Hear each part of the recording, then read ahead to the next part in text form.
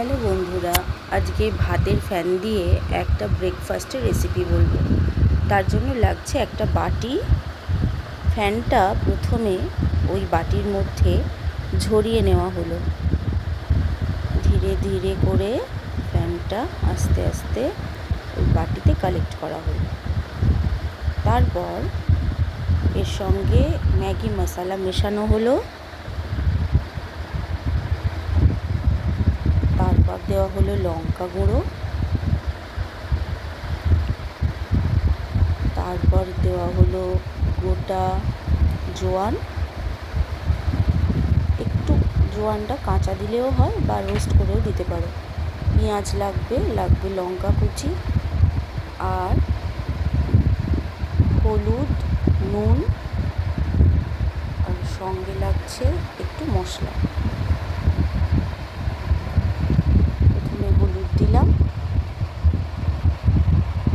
তারপর একটু নুন দেওয়া হলো,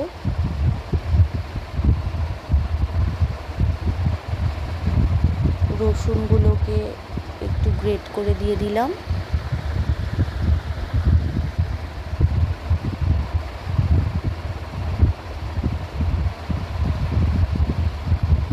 এর মধ্যে মেশানো হলো পেঁয়াজ কুচি আর লঙ্কা কুচি।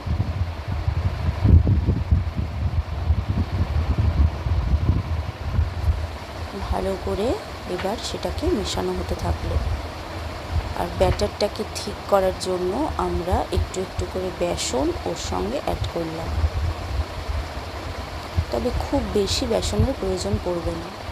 একটু কাঁচা তেল দিলাম,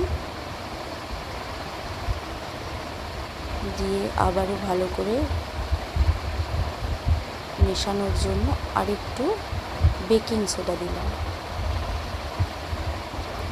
খুব ভালো করে ব্যাটারটাকে আমরা মেশানো শুরু করলাম।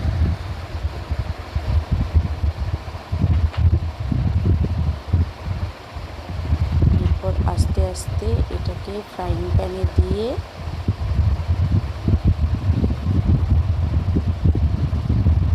অমলেটের মতো শেপে এটাকে নেড়ে চেড়ে নিলাম। খুব অল্প করে অয়েল ব্রাশ করার দরকার পড়ে, অতিরিক্ত তেলের প্রয়োজন নেই।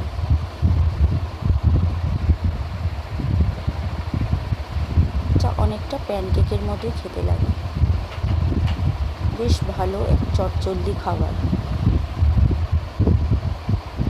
খাবারটা কেমন হয়েছে সেটা তোমরা সেতুর মুখ দেখেই বুঝতে পারবে।